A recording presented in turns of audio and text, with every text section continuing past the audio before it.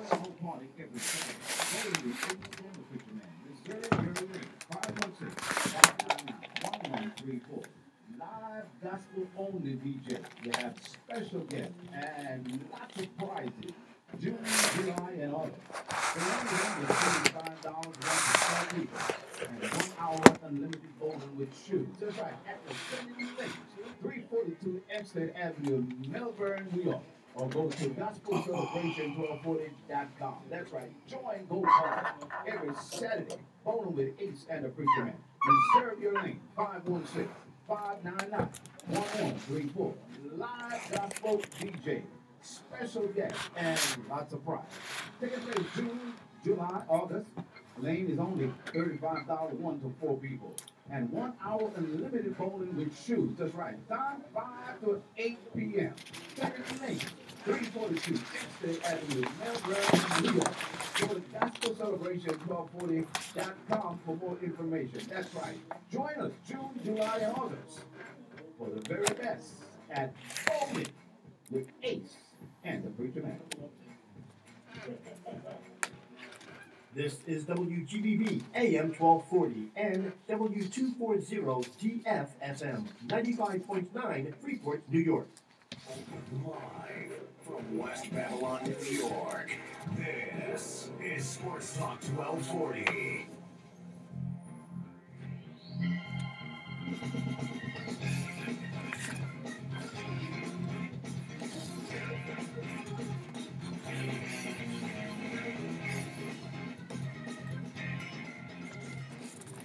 Good evening, ladies and gentlemen, and welcome to Sports Talk 1240.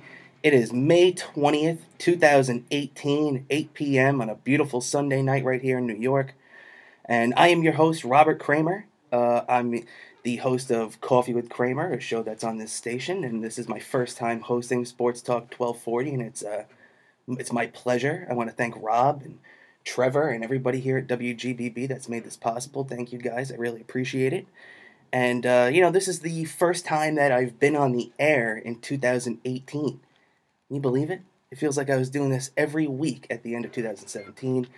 I had a great run here. And now guess what? I got to take a longer vacation than Mike Francesa. And now I'm back on the air.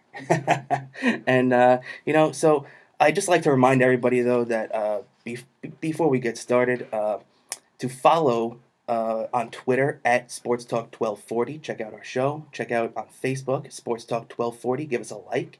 Also, visit the homepage at SportsTalk1240.com.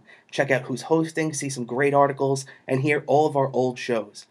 I'd just like to say that I've been dying to talk about New York Met baseball for, it seems like forever now. And when it comes down to the Mets, though, they had their 11-1 start. It was great. They were like a house of fire out of the gate.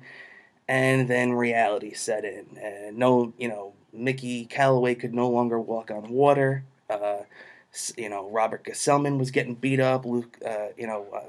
All the guys in the bullpen that you could rely on. Of course, they were breaking down. Then Cespedes goes down. Frazier goes down. And, as Met fans, you think, okay, season's over. What are we going to do? When I found out I was going to be hosting this first hour of Sports Talk 1240, I was anticipating blasting the Mets for at least a good 15 minutes and, having nothing positive to say about them. But so is baseball. And, as John Sterling would say, that's baseball, Susan, because the Mets have turned it around and they've gone home, which, as Keith Hernandez points out quite accurately on TV a lot, the Mets don't play well at home. The one season where they did was 2015, where you actually felt some kind of home field advantage. But for the most part, since the Mets moved to Citi Field, that has not been the case.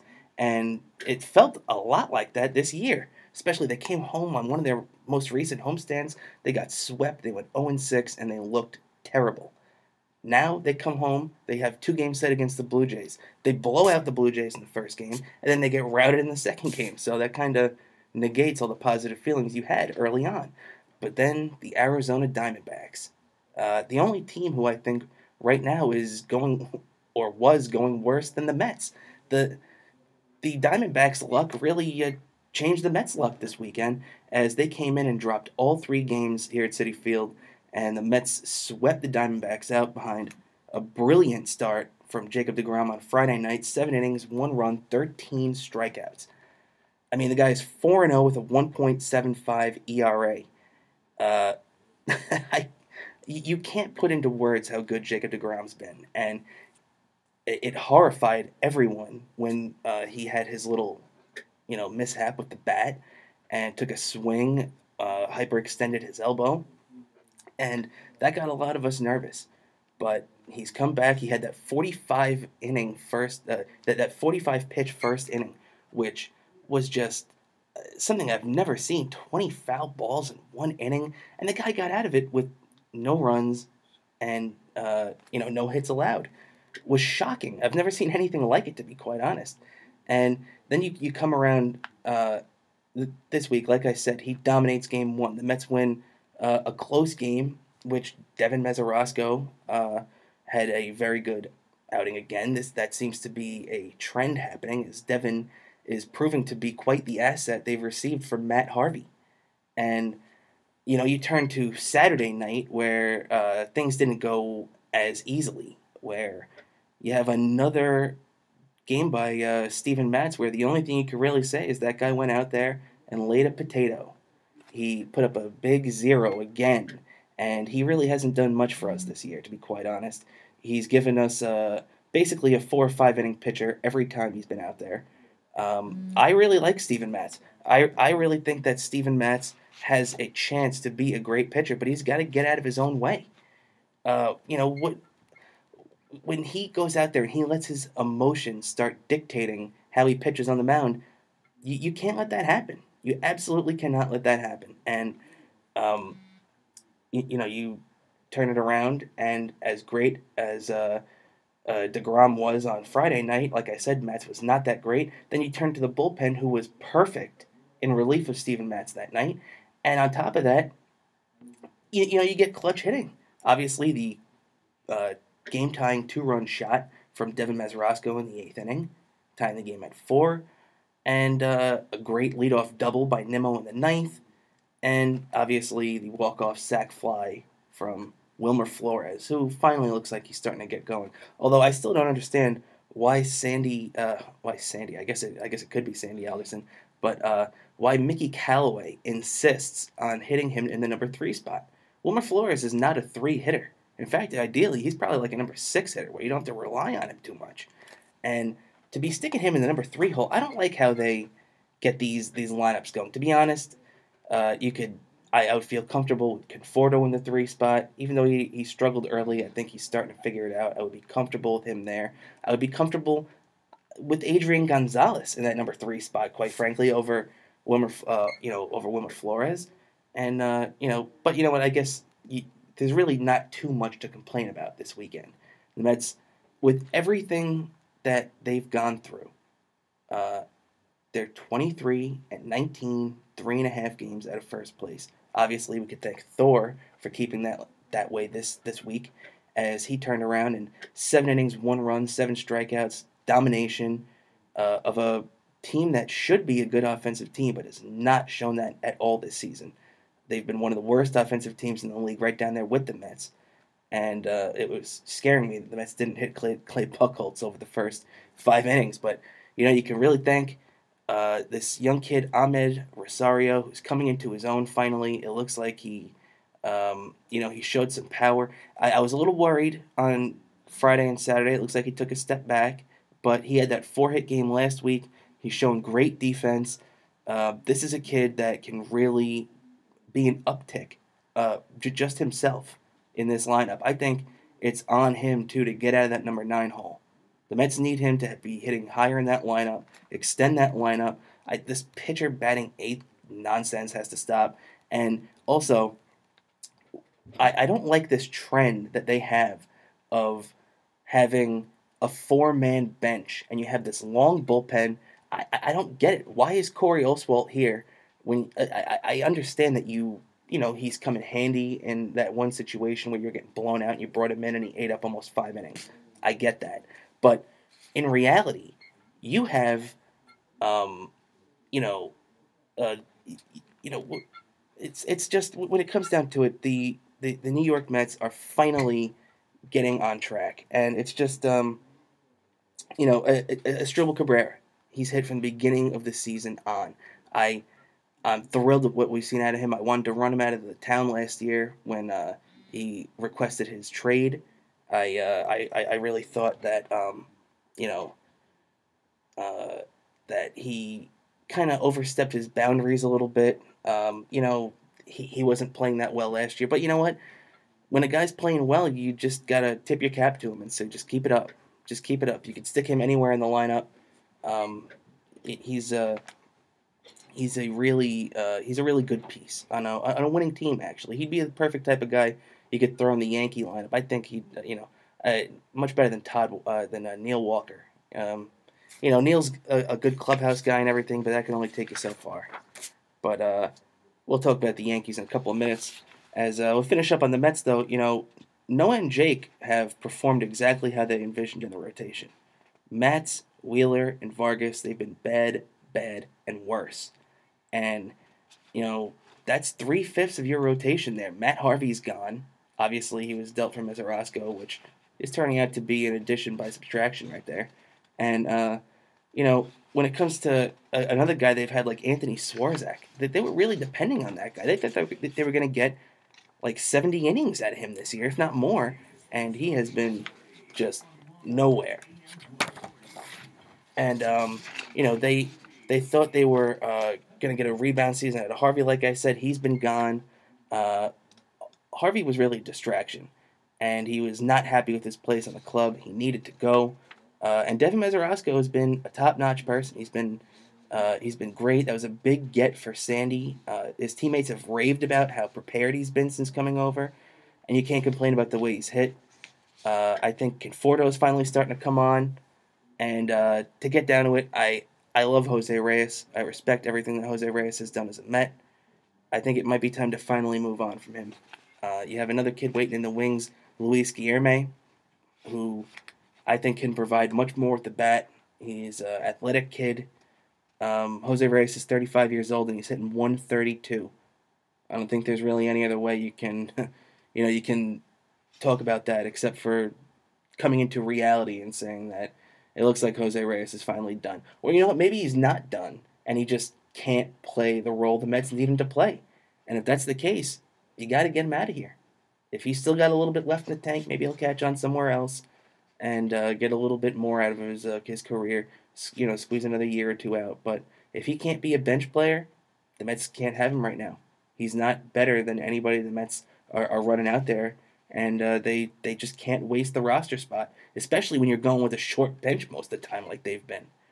And, basically what it comes down to is if I would have told you in the beginning of the season that through the first quarter of the year, Harvey, Wheeler, Matz, and Jason Vargas all would be a disappointment, and we would basically have Anthony Swarzak as the invisible man.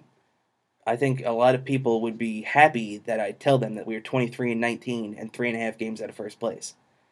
Now, of course, they started off 11-1. Obviously, they've been 12-18, 13-18 since then, something like that, and it's disappointing the way they've leveled out a little bit, but that's why you get off to the big start, because it enables you to work out all your imperfections and still be hanging around 500. In baseball today, all you have to do is hang around 500 till around the All-Star break, maybe a little bit afterwards. I mean, the 2015 Mets were just a couple of games over 500 when they acquired Yoenis Cespedes and all those other guys, Kelly Johnson, Juan Uribe, Tyler Clippard, and then went on that run. That's that's something in baseball today where you really have to remember it, especially with the two wild card now format, where you have a choice, a chance to get into the postseason, even if you aren't the top wild card. And the 2016 Giants proved just that when they beat the defending National League champ Mets in the 2016 wild card game, thanks to Madison Bumgarner and Jerry's Familia coughing it up. But that's how it breaks. Win your division and get out of that game. But now because you're 500, you have a chance at the All-Star break. When years ago you'd be, there's a chance you'd be 10 games out of your division and your season would be over. And that's something the Mets really have to be cautious about. And with they're lucky they're 3.5 games out, because if the Nationals had been playing for the full season like they have been playing the last couple of weeks, they would be in a lot of trouble. And that's even with the Atlanta Braves killing it right now. How about the Atlanta Braves? Did anybody else catch the Braves today? Were down 9-4 in the ninth inning and scored 6 runs to beat the Miami Marlins. The Marlins have played better than a lot of people gave them credit for. I can say that I did call that. I said that the Marlins weren't going to be the 120 loss team everybody expects them to be. Unfortunately, I wasn't on the air, so it doesn't really matter. There's no record of it. But, the Marlins are playing better than they expected. They're scoring more runs. They're actually, they've allowed the most runs in the league pitching-wise. But their offense hasn't been that bad. And they've managed to stay relatively relevant. Obviously, they're 10 games under 500, but that's not bad for a team that was completely dismantled in the fashion that team was dismantled in the offseason. And keep your eye on the Phillies. Obviously, that's not news anymore, because the Phillies have proved to a lot of people that they're worth keeping an eye on.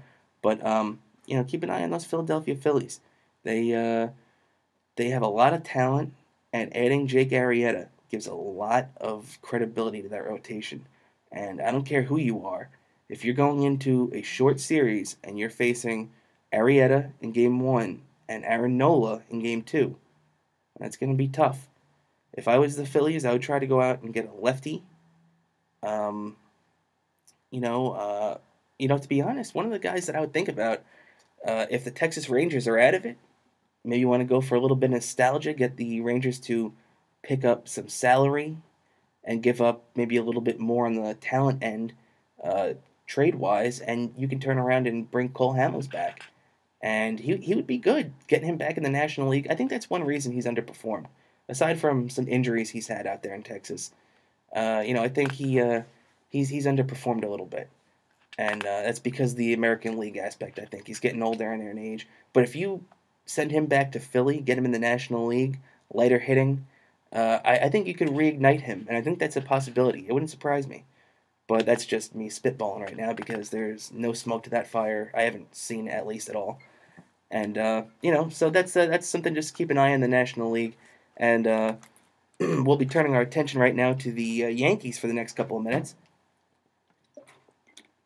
And boy, oh boy, that Aaron Boone.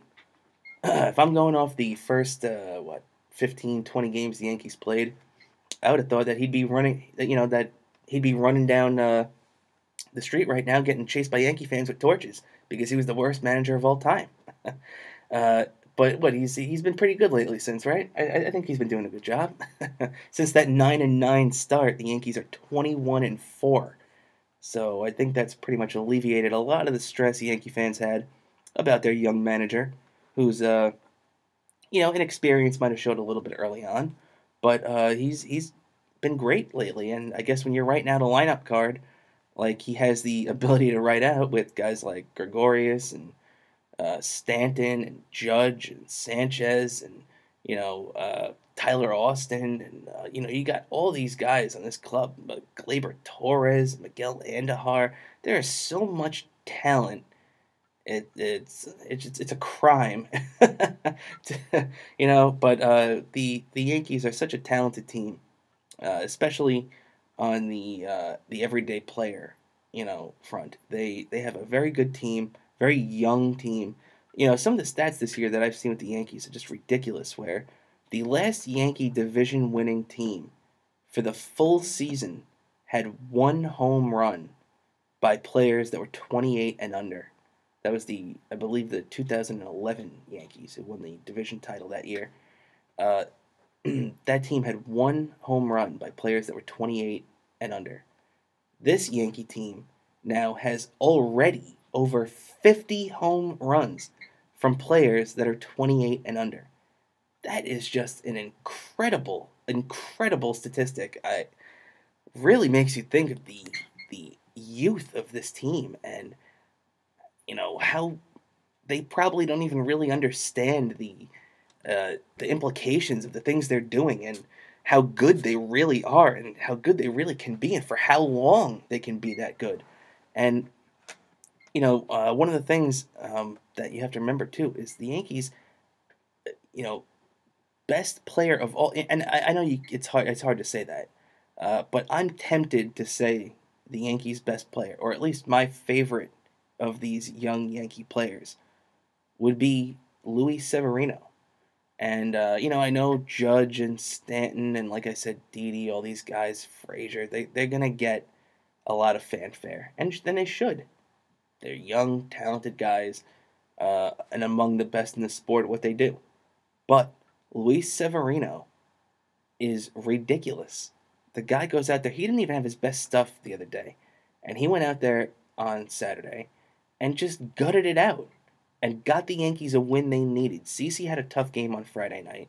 The Yankees got knocked around.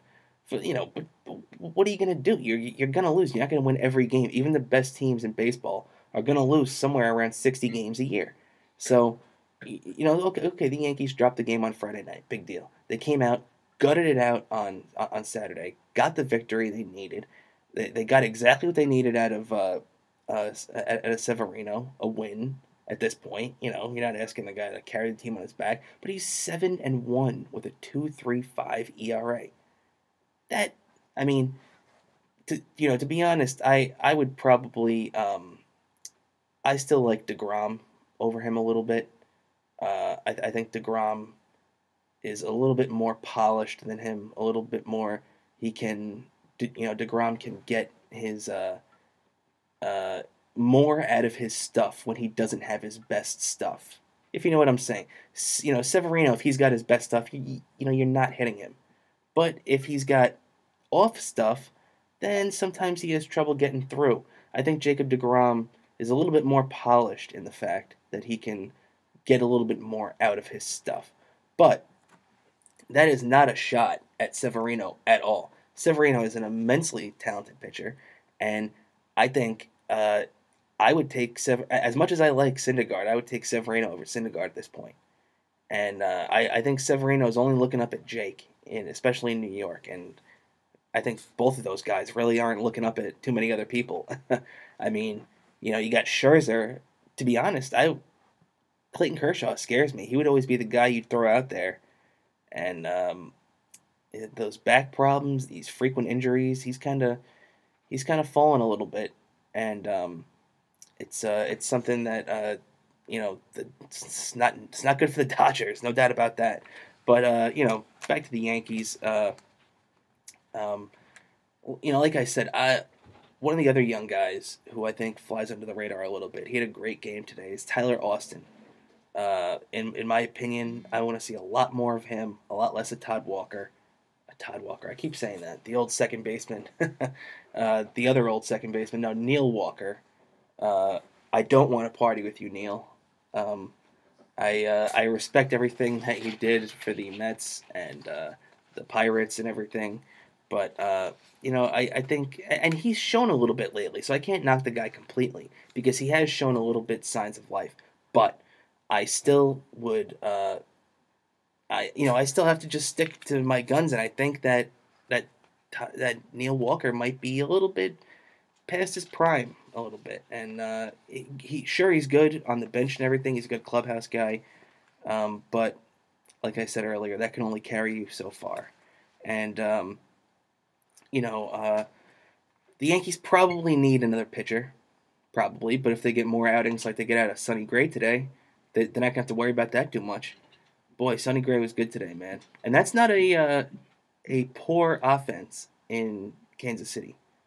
They've had a terrible, terrible year. I think they're 14-31, maybe 14-32 after the loss today. But they can swing the bat. Moustakas has had a great year, and to keep him at 1 for 4 today, that was big. That was big. Then you just gotta keep doing your thing. And Sonny Gray went out there and had probably his best start of the year, 8 innings and a run, and that's exactly what the Yankees need. Now, a lot of people were worried because Sonny Gray had not been pitching well. Obviously, Jordan Montgomery went down.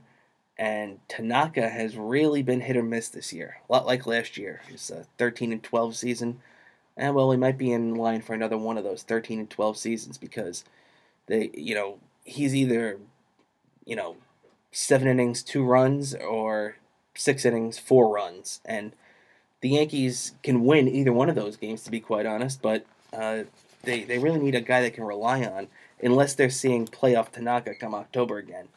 And, you can't rely on that. You're going to have to go out there and solidify your rotation. Now, the good thing about the Yankees is that they have the ability to do it with the farm system that they have. They have so many prospects. They could just go out there and pick up pretty much a lot of guys. I mean, I hear people talking about Madison Bumgarner. Now, I personally think that's a bit of a pipe dream because Madison Bumgarner is...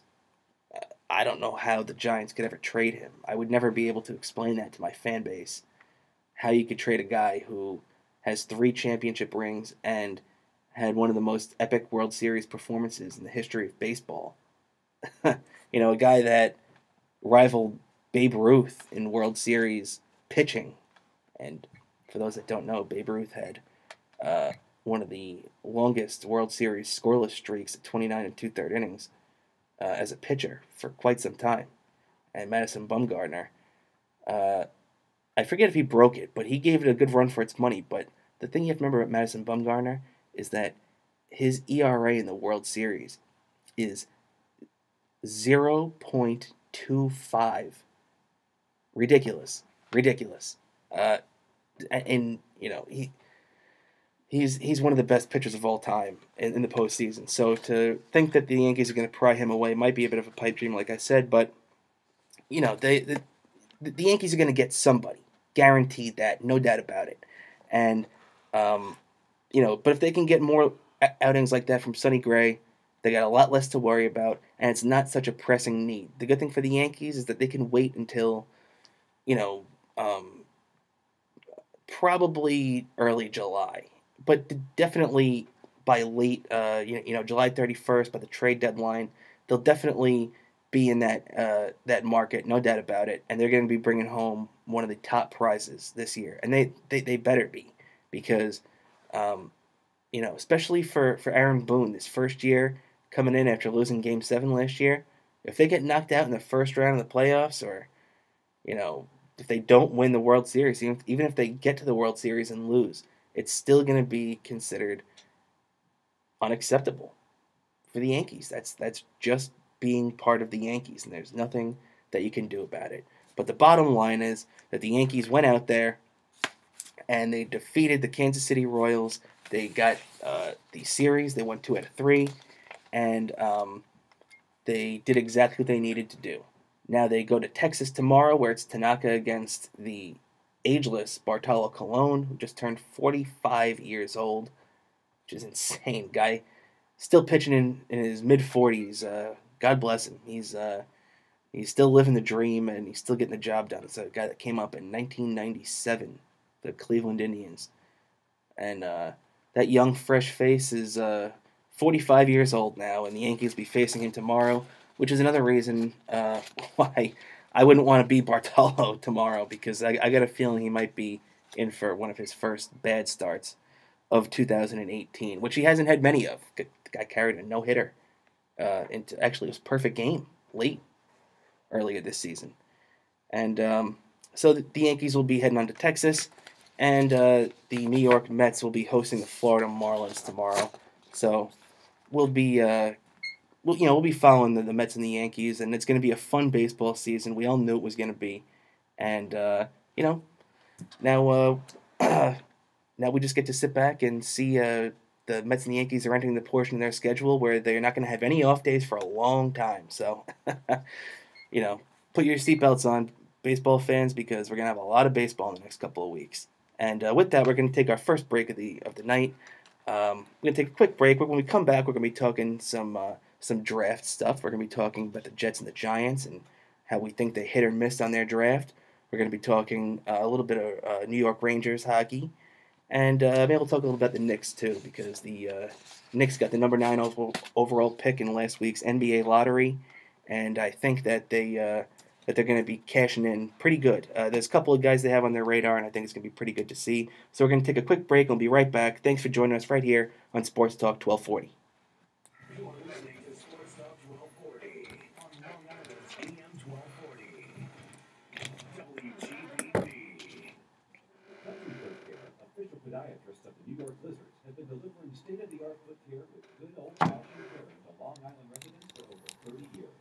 Specialists in sports medicine and foot injuries, Country Foot Care can be reached at 516-741-FEED or online at countryfootcare.com.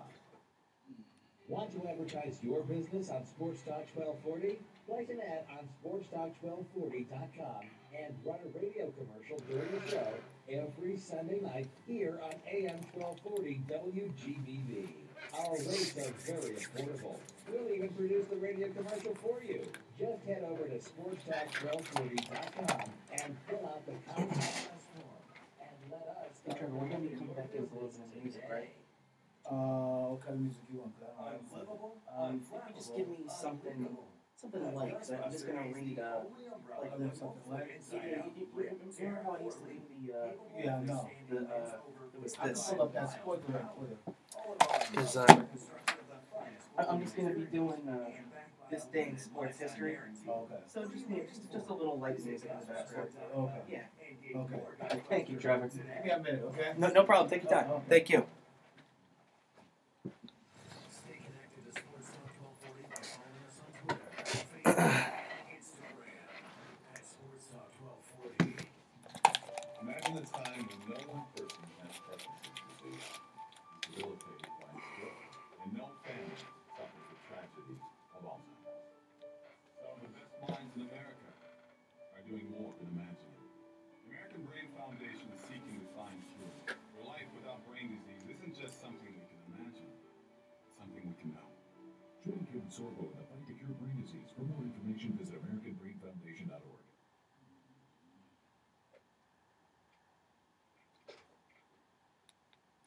We served our country like those before us. It was a dangerous era. I don't know if it was dangerous. The carnage of the war left an indelible mark on me. We came back and built our lives. As time went on, we faced new challenges and found support to handle them. I went to the VA, talked to my doctor, and started doing groups. I started doing one-on-one counseling. At MakeTheConnection.net, you can hear our stories and find tools and services available to you.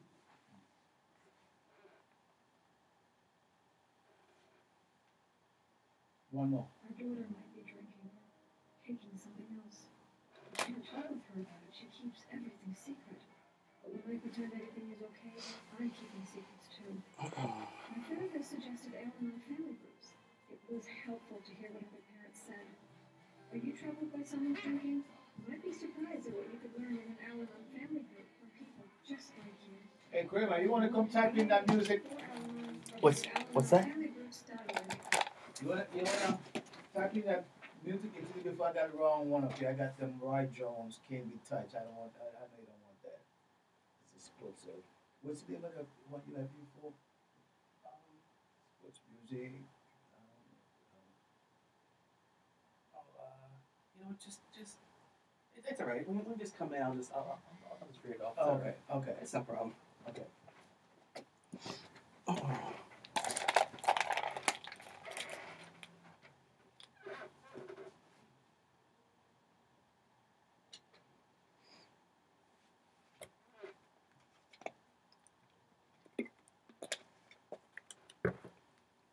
All right, you back on. All right, ladies and gentlemen, welcome back to Sports Talk 1240, and I'm going to do a little thing called This Day in Sports History. May 20th, 1922, New York Yankees stars Bob Musial and Babe Ruth are finally reinstated after being suspended for the first 6 months of the season by Baseball Commissioner Judge Kennesaw Mountain Landis for off-season barnstorming. Ruth and Musial enter the lineup and go combined 0 for 8 in an 8-2 Yankee loss to the St. Louis Browns. May 20th, 1972, the Indiana Pacers defeat a Rick Barry-led New York Nets team 108-105 in Game 6 at the Nassau Coliseum, clinching the ABA championship 4-2. May 20th, 1976, Lou Piniella lowers his shoulder, crashing into Carlton Fisk at home plate, igniting a bench-clearing brawl between the Yanks and the Red Sox at Fenway. In the scuffle, Sox pitcher Bill Lee hurts his shoulder and would be out until August, hurting their season, and the Yankees would go on to win the pennant that year. May 20th, 1983, Hall of Famer Steve Carlton goes 8 innings in a loss to San Diego, striking out 4. With those 4 Ks, he moved past the big train Walter Johnson for number 2 on baseball's all-time strikeout list. May 20th, 1991, Michael Jordan's named the NBA's most valuable player for the second time in his career, a few weeks before his Chicago Bulls would win their first of 6 NBA championships that decade. And finally, on May 20th, 1999, Robin Ventura becomes the first major leaguer to hit grand slams in both ends of a doubleheader as the Mets sweep a twin bill from the Milwaukee Brewers 11-10 and 10-1. And that's this day in sports history. And, we're back right here on WGBB for Sports Talk 1240.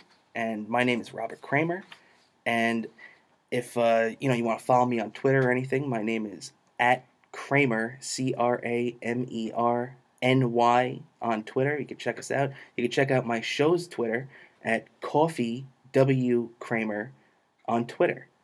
And it's called Coffee with Cramer, so CoffeeWCramer. You can check us out. Check out all of our new stuff and any of our old stuff. And, you could just check out what I've done, see, everything I'm doing. And, we come back right here in Sports Talk 1240. And we could check how we're going to be talking about the New York Jets and the New York Giants, their drafts. And, the Jets traded 2 second-round picks this year and 1 next year to move up 3 spots from the number 6 spot to the number 3 spot overall. A lot of people were down on that move. I didn't think it was that bad a move.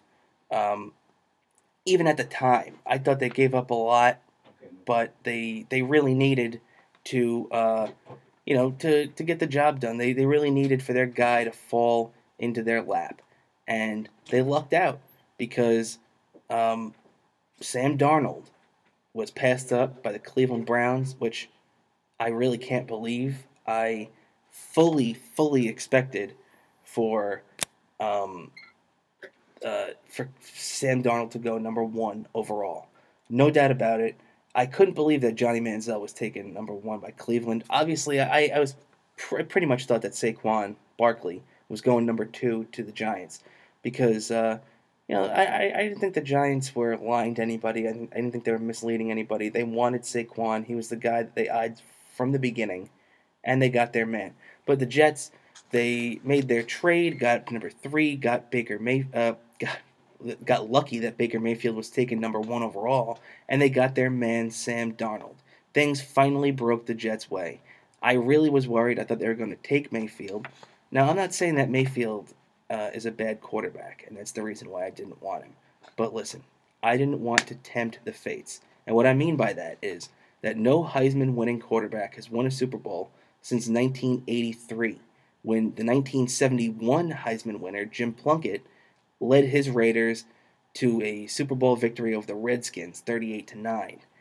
And, Jim Plunkett might have been great 35 years ago, but nobody's done it since.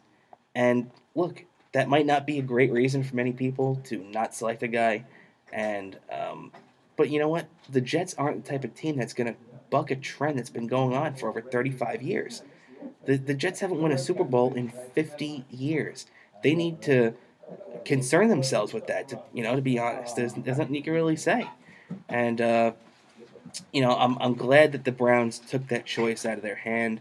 Sam Darnold was the best guy in my opinion. I wouldn't have minded Rosen, and I would have tolerated Allen. But I think that the Jets got the best man out there. And what I worry about is how the Jets coaching staff is going to handle him. He won't even turn 21 until next month, so he does need to be groomed. He probably shouldn't even be starting right out of training camp. He should probably start, Josh McCown because McCown performed well until he got injured last year. But to me, these Jets coaches have shown a complete inability to advance the skills of any young quarterback they've had since they've been here. Um, Geno fell apart under these guys. Not that Geno was doing great under Rex Ryan, but they did go 8-8. And Bryce Petty never showed any improvement. Christian Hackenberg still hasn't even played a regular season game.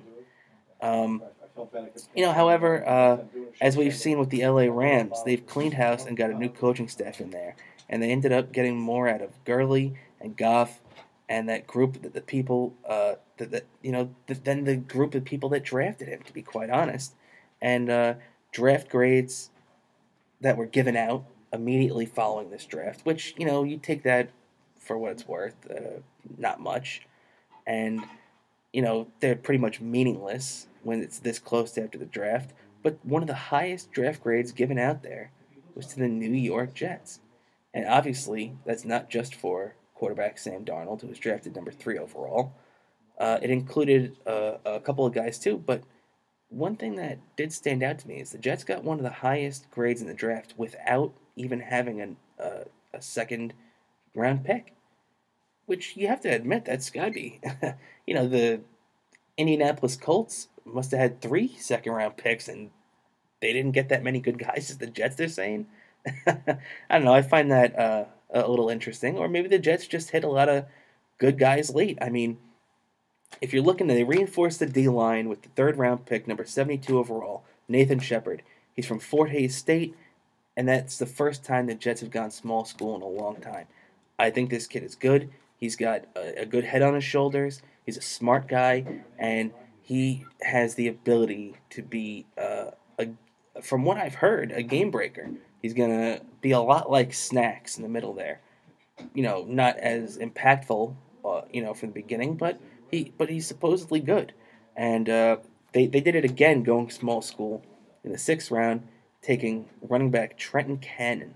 Now, Trenton Cannon is a guy that is supposedly a special teams expert. And he's out of Virginia State. He comes with a reputation of being a big steal. And that's the type of guy the Jets needed because they've had bad special teams for a lot of years. And also another guy they're talking about is another 6th-round pick, Perry Nickerson. Now, Nickerson is a D-back who I remember I was watching the draft live. I don't know why I was even watching these late rounds. I'm an addict to football and stuff like that. What can you say? But I noticed that it was very interesting that Jamal Adams, the star safety of the New York Jets, who they drafted number 6 overall last year, was very emphatic when they drafted Nickerson, specifically saying we got another playmaker on our hands. Now, that was very interesting to hear. Seeing a guy who was picked in the 6th round, your new teammates rejoice that quickly, that means he's got a little bit of reputation, and that's exactly what I wanted to see. And, that they pick up a Miami tight end, Chris Herndon. I think he's a little injury-plagued, but he should be good. And, based on what a lot of these experts are saying, which how many times are experts right about anything, they really, it seems that they got a good haul this year, and it's about time for Mike McCagan and his group to get this right. And now Todd Bowles and his coaching staff, his new offensive coordinator, and the new guys he has around him now, they have to figure out how to get the most out of this team. And if it's 5-11 again, I'm not going to be dancing in the street. I wasn't one of the people that was dancing last year when the Jets went 5-11. Sure, I was happy when they started 3-2, but you have to remember too that they've now lost 23 of their last 33 games under Todd Bowles. Aside from that 10-6 start, that's a real bad look. And they really haven't come back ever since that Week 17 choke against Buffalo in 2015. So let's see if they can turn it around. Hopefully with this draft, they're on the right foot. And, I want to turn it over with that. We're talking about the green and white. Let's turn it over to the red and blue. As Big Blue goes out there, and they, since the last time I was on the air, at the end of December in 2017. They axed, McAdoo. That guy was a stiff. What was that guy's deal? They got rid of him at the right time, and in fact, actually, I think that might have been a little too late. And now that I think about it, I think they might have held on to him a little too late. But I get why they did. They were trying to keep their guy in place, hoping he can get them through the season. But you know what? He didn't have it in him, and they got rid of him. Steve Spagnuolo took over for the last few games, and the Giants ended up getting the number 2 pick. They replaced their GM with Gettleman, who I like Gettleman a lot. Pat Shurmur, I'm not so sure about Pat Shurmur. I think he could be okay. I think he does deserve a second chance. I'm glad the Giants gave him this shake. But, realistically, what are they going to get out of Shurmur? I mean, he's a guy that went 4-12 with the Browns, then 5-11 the following year and got axed. Which now, when you look at that, a guy that won 9 games in 2 years with the Browns, it's like winning a Super Bowl anywhere else. And it would be a mistake to just say this guy is, a bad coach, because obviously he had a bad team there. So now he's got a team with talent. He's got a team that has a chance to make the playoffs this year. And I'm being serious. I know the Giants went 2-14 last year, or 3-13, whatever it was, the second worst record in the league. But the Giants really do have a chance to turn it around. The Giants have a foundation of a great defense. Landon Collins, snacks at defensive tackle. They got, they got a lot of great pieces out there.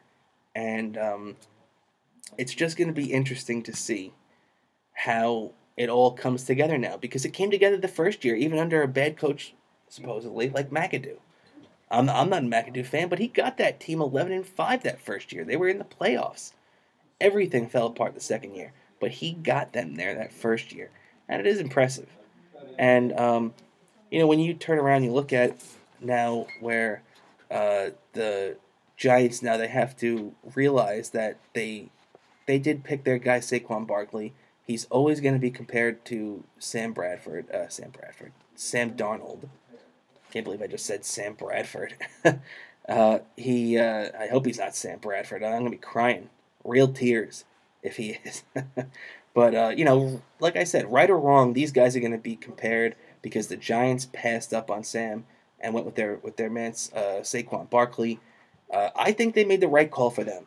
Personally, if it was me, I probably would have broke it down and drafted a guy like Darnold. So I had the heir apparent there, and you're grooming him. He's a young kid. He's still not even 21, like I said earlier. So I probably would have went that route because, to be honest, running backs, especially Penn State running backs, haven't panned out in the league lately, and especially this high in the draft. I know Ezekiel Elliott had a couple of years, a couple of good run, but if Sam Darnold lasts 1 week longer in New York than Saquon does, it's gonna come back and bite the Giants. They're gonna pay for it. But if they win the Super Bowl with this guy and in his prime, and with Eli in the next couple of years, next year or two, where Eli can still perform, then it was worth it, to be honest. Then you have your guy out there. Shurmur got you into the playoffs. You won a ring. Odell Beckham Jr. is playing great. So let's see. There's a lot of talent on this team. Now, I've been saying that a lot, which means too, if I was a Giants player, I would be very excited about coming into this season. I would have no reason to believe that this team was going to have another year like it did last year. I would be very enthusiastic. I would be showing up to all the OTAs. I'd be the happy to be there guy. But you know who's not the happy to be there guy right now? It's Eric Flowers. Because he's upset that they went out there and they signed a good player, I guess. They went out there and they signed Nate Solder, who from the Patriots, the guy who protected Tom Brady the last couple of years. Sorry, Eric. I know it hurts to hear it sometimes. Sometimes you don't want to believe it. But, when your team has a chance to go out and get there to get a better guy, they're going to go do it. Look what just happened to Bryce Petty for the Jets. He just got cut because the Jets got a better guy. Sorry. And, when you're a guy like Eric Flowers, his former first-round pick, who does not look good at this point, and the Giants offer you the opportunity to slide over from left to right tackle, and you're going to complain about it. I just don't get it. It doesn't make much sense to me, and you don't show up for OTAs. To be honest, if I was the Giants, I'd cut him. I would cut him. It's a guy that nobody really needs to have a guy that doesn't want to, if you're not willing to just slide over right and keep your mouth shut and win games for a team that's constructed to win games, then I don't want you on my team. I'm sorry. That's another reason why I got mad at Asdrubal Cabrera last year, because it's like, listen, I know things aren't going great right now. You're getting moved around. Don't complain. You're a professional athlete. You're getting paid a lot of money, and just do what the team asks you to do. So, then you get this guy Flowers who doesn't show up to OTAs, who apparently has a bad attitude. He was mad the second they signed Nate Solder. Sorry, buddy. You don't like it? Find a new job. We don't need you in New York. But getting back to the draft for them, the Giants went out there. They picked number 34 overall. They got an offensive guard, Will Hernandez, out of Texas El Paso. This guy could have been a number 1 overall pick. Not overall, I'm sorry, but a number 1 pick in the first round. He's 22 years old, and I don't want to make you feel old, Giants fans, but he's so young that not only was he born after LT retired, he was born after LT fought Bam Bam Bigelow at WrestleMania 10.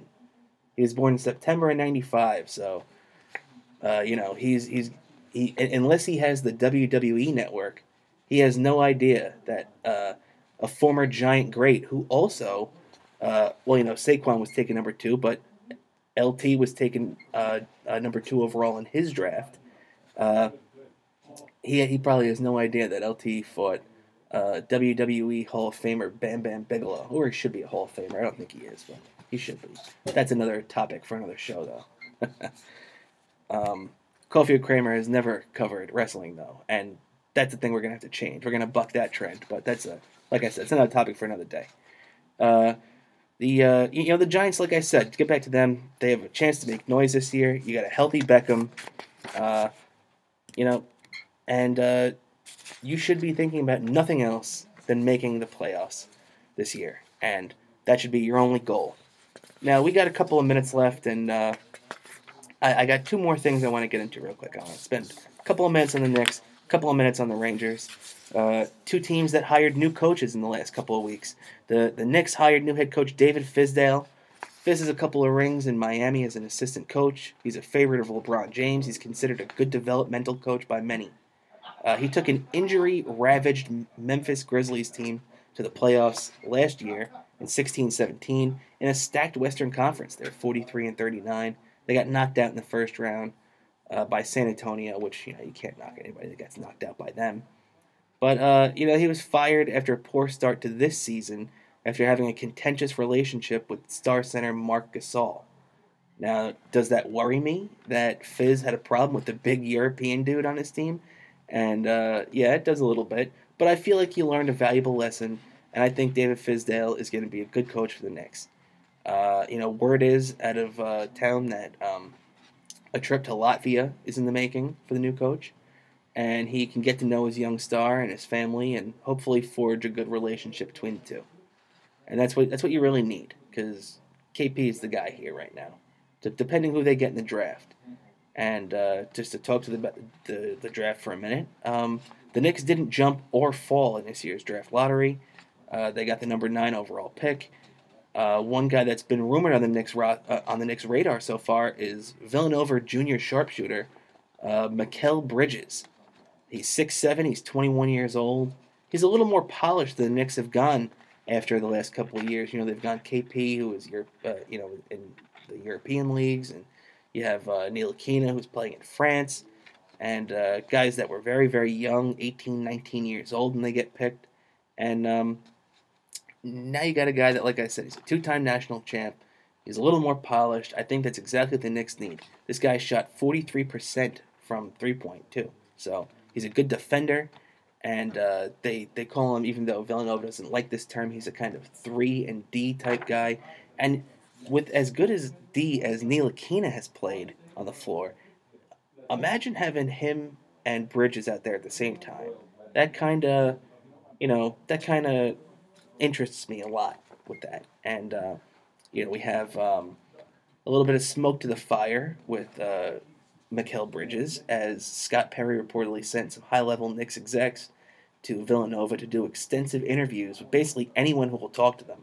And head coach Jay Wright had nothing to do but sing his praises, and it was very interesting to see how the Knicks are conducting themselves post Fizz, post putting him into the position of head coach, and he sounded thrilled. I'm thrilled to have him. He's a guy I think that's gonna really help these young kids. And that seems to be a theme going on in the Garden these days, because right now the Rangers have a coach in former Boston University head coach, David Quinn. They signed to well, it's not official yet, but word is that he's agreed to a 5-year deal worth $12 million to be the next head coach of the New York Rangers. He's got connections to Jeff Gordon and Chris Drury, who are both in the Rangers front office, and he's good with young players. He took BU to a national title game in 2015 for hockey, and this is a guy that comes with a great reputation, and it's something that interests me a lot. Picking him, I think they might have made the right choice. If it was me, I probably would have gone with a guy with NHL experience, but I get why they didn't. This is only the 6th coach all time to come directly from the college ranks to take over an NHL franchise. And one of the previous 6 was actually the Rangers doing it when they scooped up amateur head coach Herb Brooks, who was the coach of the Miracle 1980 Olympic team. And they scooped him up. He became their head coach. And it's only happened a handful of times since then, actually, twice, not including the Rangers. It happened once this offseason. Philadelphia picked a guy from, Hackstall was a guy out of college. They grabbed him. And so it's become a little bit of a trend, but I don't mind it. And, he's produced NHL talent. Buffalo's Jake Eichel, Boston's Charlie McAvoy, Arizona's Clayton Keller, Minnesota's Jordan Greenway, and probable top 5 pick in this year's draft, who also happens to be NHL legend Keith Tkachuk's son, Brady Tkachuk. So, there's a little bit of familiarity there. I really think that this is exactly what the Rangers need: a young coach, and it's only the 6th coach ever, like I said, to jump. So it's something that you really haven't seen that much. He has experience behind the bench, though. He worked at aside from BU, he was the head coach of the Lake Erie Monsters in the AHL. He was an assistant with the Colorado Avalanche, and to me, the AHL experience really stood out. It shows that he succeeded. He took that team to the playoffs, and that's NHL experience. It's as close as you can get to NHL experience. And as we look at the draft, too, the Rangers also select number 9 overall. The last time they selected number 9 in the draft was when they selected Hall of Famer Brian Leach before I was born in 1986. They also have Boston's number 26 and Tampa Bay's first as well. But we'll have to get back to that on a different day, as we're running out of time here on Sports Talk 1240. I just want to thank everybody for tuning in. I want to thank everybody over at Farmingdale University for tuning in, Farmingdale College.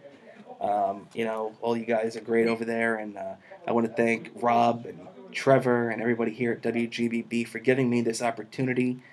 Like I said earlier, if you can, please check us out on Facebook. Like us at Sports Talk 1240 on Facebook. Follow us on Twitter at Sports Talk 1240 on Twitter. You can go to sportstalk1240.com and check out all the cool content that we have on there. And, thank you for tuning in. I hope you enjoyed my show. If you want, in the next week or two, I'm going to be putting out a Coffee with Cramer podcast. You can check us out on there. Check out our podcast for Sports Talk 1240. And thanks again for tuning in, everybody. Have a great night. And it's been my honor.